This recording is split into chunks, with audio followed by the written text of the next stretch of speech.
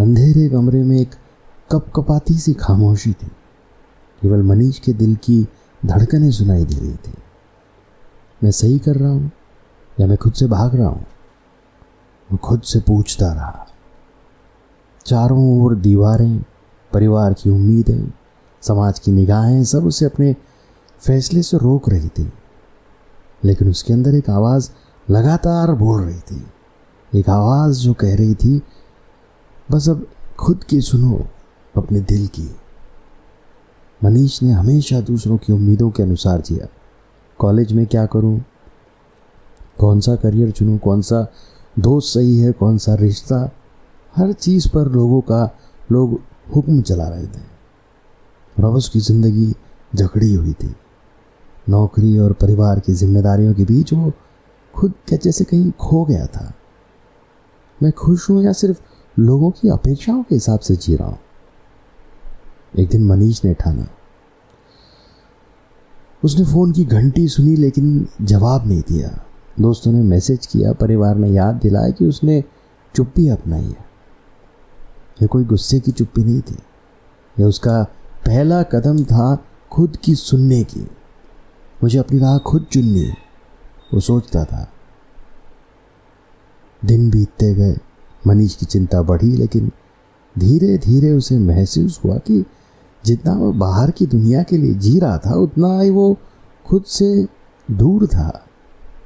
रात में अकेले में उसने पहली बार सच में अपने दिल की आवाज़ सुनी और उस आवाज़ ने कहा, तुम्हारा सपना, तुम्हारी मंजिल, तुम्हारा जीवन अब तुम्हारे हाथ में।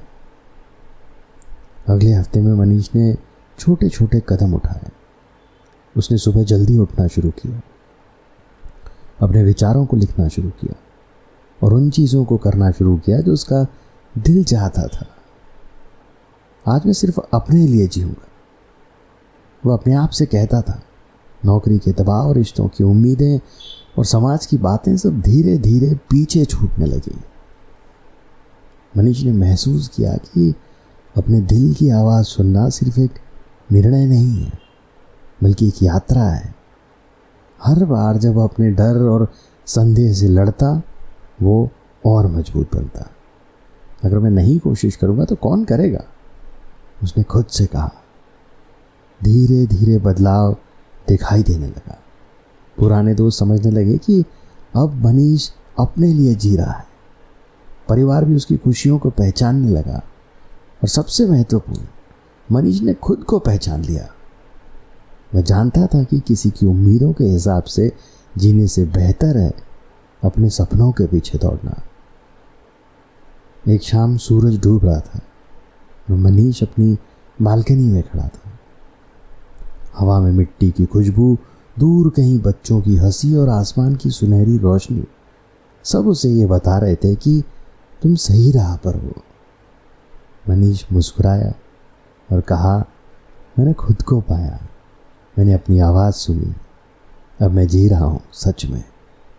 और इस पहली बार उसने महसूस किया कि जब आप अपने दिल की सुनते हैं तो ज़िंदगी अपने आप आसान, सुंदर और पूरी हो जाती है।